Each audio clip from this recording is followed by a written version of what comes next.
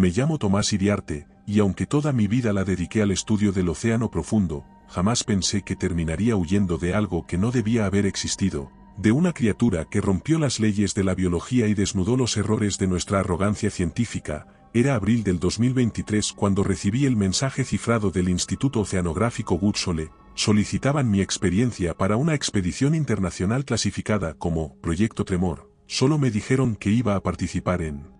Si disfrutas de este relato, suscríbete y deja tu like. Lo que viene a continuación te pondrá los pelos de punta. La recolección de especímenes en la fosa de Atacama, pero desde el inicio algo no encajaba, las preguntas médicas excesivamente detalladas, el contrato con cláusulas sobre privacidad militar, y la ausencia total de periodistas o medios en el puerto donde zarpamos en la costa chilena. El barco, llamado Cronos, era una fortaleza flotante, equipado con tecnología de última generación y seguridad propia. Ni siquiera nos permitían usar teléfonos con cámara ni sistemas de navegación personales. Éramos 8 científicos de distintas partes del mundo, todos especializados en diferentes áreas del estudio abisal, y ni siquiera nosotros sabíamos qué íbamos a buscar exactamente.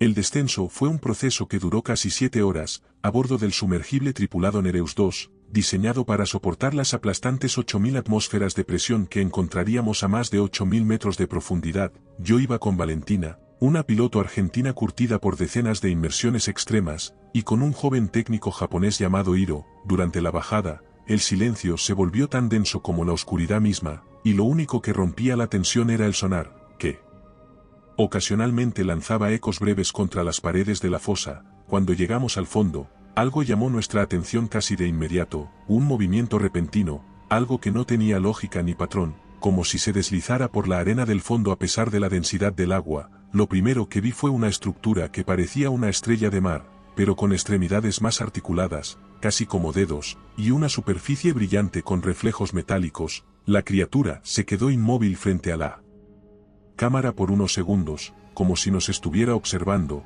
y luego se movió en línea recta hacia nosotros, sin flotar, sin nadar, deslizándose sobre el suelo. Logramos atraparla con el brazo mecánico del sumergible y la almacenamos en un contenedor sellado. No mostraba señales de agresividad, pero su forma no se parecía a nada catalogado hasta entonces. La tensión en el sumergible era palpable. Incluso Valentina, que siempre hacía bromas bajo presión, se quedó muda mientras ascendíamos con nuestro hallazgo. Una vez a bordo del Cronos, el espécimen fue llevado al laboratorio de bioseguridad nivel 4, y mientras lo analizábamos, se hizo evidente que no era una criatura común. Tenía una simetría cuádruple perfecta, una bioluminiscencia que pulsaba en un patrón irregular, y una glándula en su centro que exhalaba un gas traslúcido sin olor. En los primeros análisis, su estructura celular no coincidía con ninguna otra forma de vida terrestre, y las proteínas que sintetizaba parecían diseñadas, no evolucionadas. Comenzamos a recibir instrucciones directas del jefe de la expedición, el Dr. Rothschild, un hombre frío que nunca salía del centro de comando y que hablaba siempre en clave. Al segundo día, el bioquímico Jensen comenzó a mostrar comportamientos erráticos. Hablaba solo, se encerraba en la cámara húmeda durante horas y decía que escuchaba un ritmo, como un latido metálico dentro de su cabeza. Esa misma noche desapareció sin dejar rastro. Lo encontramos 12 horas después en la sala de compresión, con los ojos abiertos, completamente secos, como si algo le hubiera absorbido toda la humedad del cuerpo. Tenía las uñas arrancadas, como si hubiera intentado trepar por los paneles de acero. Nadie durmió esa noche.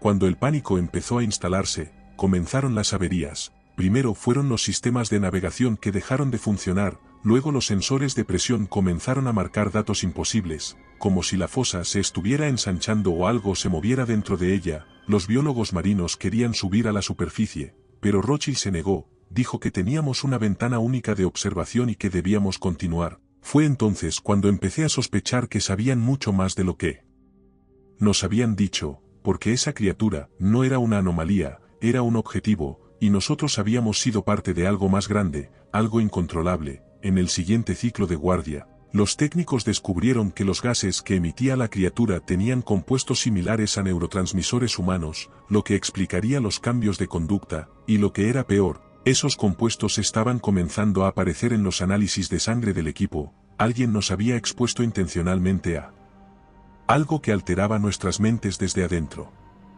El Cronos ya no era un laboratorio, era un campo de pruebas.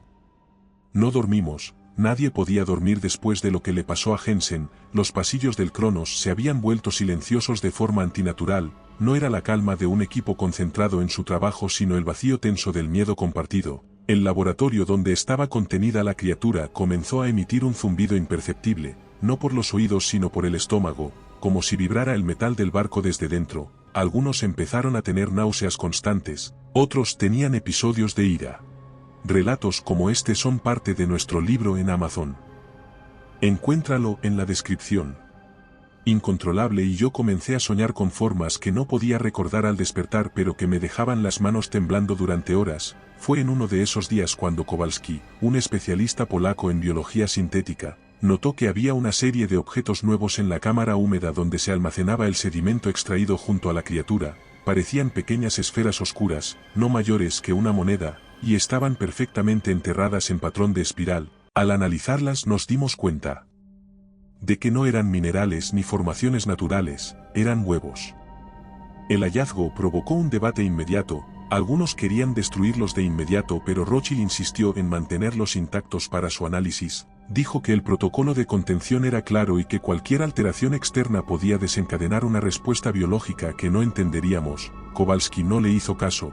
Durante su turno de noche entró solo al laboratorio y rompió uno con una lanceta quirúrgica. Apenas lo hizo se activaron todas las alarmas de detección química. El huevo liberó un líquido denso, plateado, que se evaporó en segundos y desató una oleada de impulsos eléctricos en los sensores de toda la nave. Fue entonces cuando ocurrió lo imposible. Los otros huevos comenzaron a vibrar por sí solos, no se movían por el efecto de la vibración del barco, sino como si tuvieran algo vivo dentro, rompiendo su membrana desde adentro. Una docena de pequeñas criaturas emergieron, no eran larvas ni versiones jóvenes del espécimen original, eran distintas, más rápidas, translúcidas y con apéndices retráctiles, se desplazaban como insectos pero con movimientos coordinados que parecían estrategias de ataque, y se escurrieron por las rendijas del sistema de ventilación antes de que alguien pudiera contenerlas. La primera víctima fue el técnico de propulsión, Gutiérrez. Lo encontraron dentro del generador secundario con marcas de quemaduras internas y coágulos cerebrales, como si su sistema nervioso hubiera sido sobrecargado por una descarga biológica. A partir de ahí, el Cronos entró en modo de emergencia. Rothschild activó los bloqueos automáticos de las zonas críticas y nos dividió en 3 equipos para patrullar, contener y registrar. Yo quedé a cargo del laboratorio de química junto a Valentina y Airo. Llevábamos máscaras de aislamiento total, pero no teníamos forma de saber si el gas que generaban esas criaturas podía penetrar por otra vía. Fue en ese momento que descubrimos que las criaturas tenían la capacidad de generar impulsos eléctricos sincronizados. Los sistemas del barco comenzaron a fallar en patrones regulares, como si algo los estuviera saboteando desde adentro con inteligencia artificial, pero no era una máquina, eran ellas, coordinadas. Mientras el equipo de contención trataba de reconfigurar los conductos de ventilación, recibimos un mensaje de Rothschild solicitando acceso prioritario al núcleo de energía. Cuando llegamos allí descubrimos que no estaba solo, había un módulo de comunicación oculto, sellado, donde almacenaba grabaciones, análisis previos y documentación militar que no debía estar en un buque científico. En una de las transmisiones encontré su verdadero propósito. Rothschild no era investigador, era un oficial de DARPA encubierto. Su misión era observar la evolución y reacción del espécimen bajo condiciones de aislamiento controlado. Según sus archivos, la criatura original no era nativa del fondo marino sino producto de un proyecto de bioingeniería experimental desarrollado a partir de muestras recolectadas en zonas sísmicas de la fosa de las Marianas y reactivadas mediante estimulación genética. El proyecto Tremor había sido un intento de crear organismos de combate adaptados a entornos extremos, y nosotros éramos los datos. Lo peor aún no había pasado. La criatura original había escapado de su contenedor y estaba suelta dentro del compartimento de bioseguridad. Cuando entramos al módulo de observación vimos los cristales partidos desde adentro. La temperatura del lugar había bajado 7 grados sin motivo y una sustancia negra cubría las paredes, como si hubiera segregado una resina o mucosa para mimetizarse. Entonces comenzó la cacería, no por nuestra parte, sino por la suya. Se movía como un depredador, se colaba por los ductos, apagaba luces estratégicamente, manipulaba sensores para enviar señales falsas y nos empujaba al pánico. Iro fue el siguiente, lo atrapó cuando intentaba sellar una compuerta de emergencia. Apenas tuvimos tiempo de ver cómo una extremidad se extendía y lo arrastraba por una rendija que no debería ser lo suficientemente grande para un cuerpo humano. Nos replegamos hacia la cápsula de descompresión número 2, pero ya nada parecía confiable. Comenzamos a perder la noción del tiempo, las cámaras de vigilancia mostraban cosas que no estaban ahí, las puertas se abrían y cerraban solas, y algunos empezaron a oír el zumbido incluso con los oídos tapados. Lo peor fue cuando vimos que las criaturas más pequeñas se habían multiplicado y estaban generando una estructura, una especie de nido orgánico adherido al sistema de ventilación principal, Este vídeo es posible gracias a nuestros miembros. Gracias por hacer esto posible.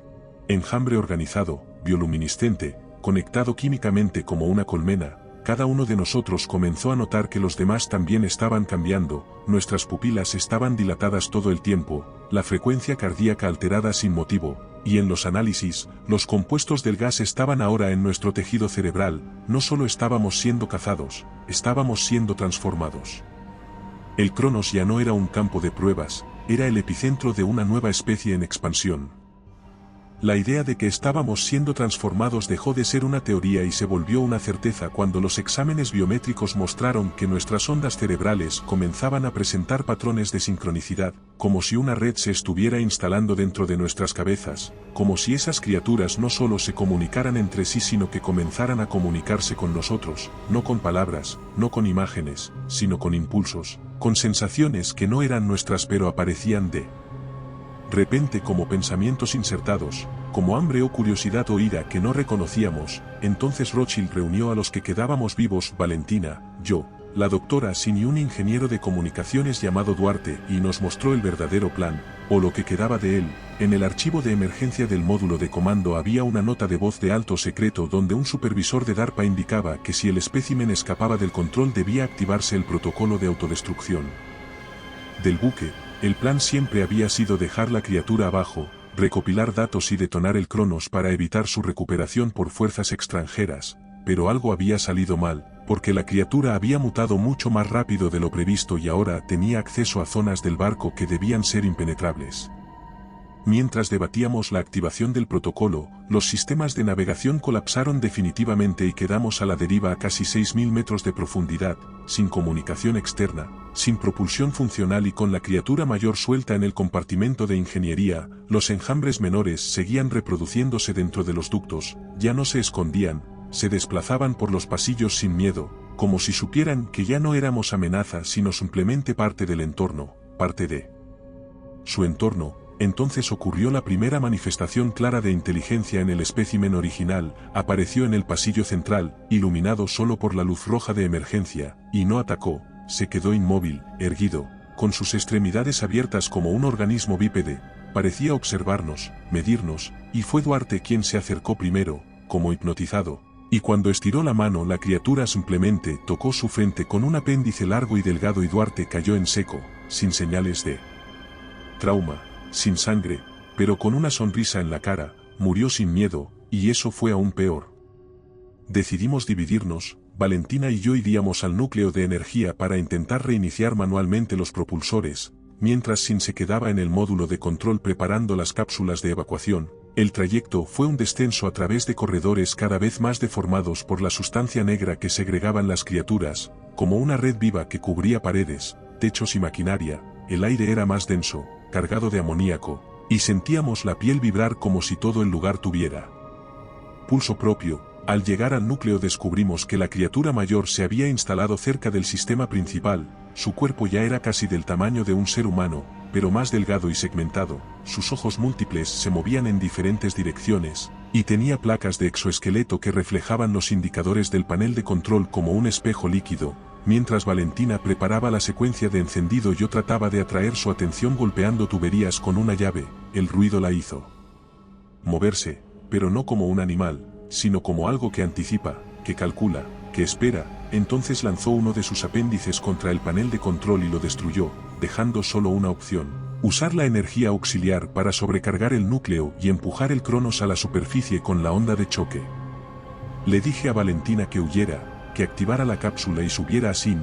Yo me quedaría para liberar manualmente la compuerta de presión. necesitaba una entrada física de energía que solo podía hacerse desde dentro del compartimento sellado.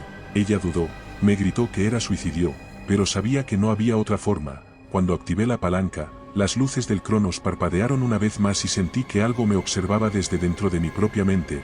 Era como si la criatura intentara convencerme de que no lo hiciera, no con palabras, sino proyectando imágenes de paz, de simbiosis, como si me ofreciera unirme. Pero entonces recordé a Jensen, a Hiro, a Duarte, y jalé el interruptor con todas mis fuerzas. Si te está gustando este relato, suscríbete. Y recuerda que comentando nos ayudas a llegar a más gente. Siempre os leemos a todos. Si no sabes qué comentar, siempre puedes poner misterioso en los comentarios. La onda me arrojó contra el panel trasero y perdí el conocimiento. Cuando abrí los ojos estaba en una camilla, rodeado de luces blancas y el sonido de un monitor cardíaco. Me encontraba en una instalación médica desconocida. Vestía ropa de hospital y tenía electrodos en todo el cuerpo. Un hombre con traje gris me dijo que era parte de una misión de recuperación especial y que el Cronos se había hundido finalmente, que no hubo sobrevivientes salvo yo, que debía descansar y no hacer preguntas. Pero cuando miré mi brazo derecho vi que la piel tenía un tono más oscuro, con una textura nueva, como si algo hubiera sido injertado bajo la epidermis, y entonces supe que no había escapado del todo, que algo había quedado en mí, algo que no era humano, porque en las noches, incluso en esta sala estéril y blanca, aún escucho el zumbido. Y a veces, cuando miro las luces fluorescentes parpadear, siento hambre. Si te ha gustado este relato, aquí tienes otro que te pondrá los pelos de punta. Si buscas historias más intensas, en nuestro canal de relatos largos te esperan narraciones de más de 1 hora. Y si quieres llevar el terror contigo, nuestro libro en Amazon tiene historias exclusivas. Buenas noches, desde Terreno Misterioso.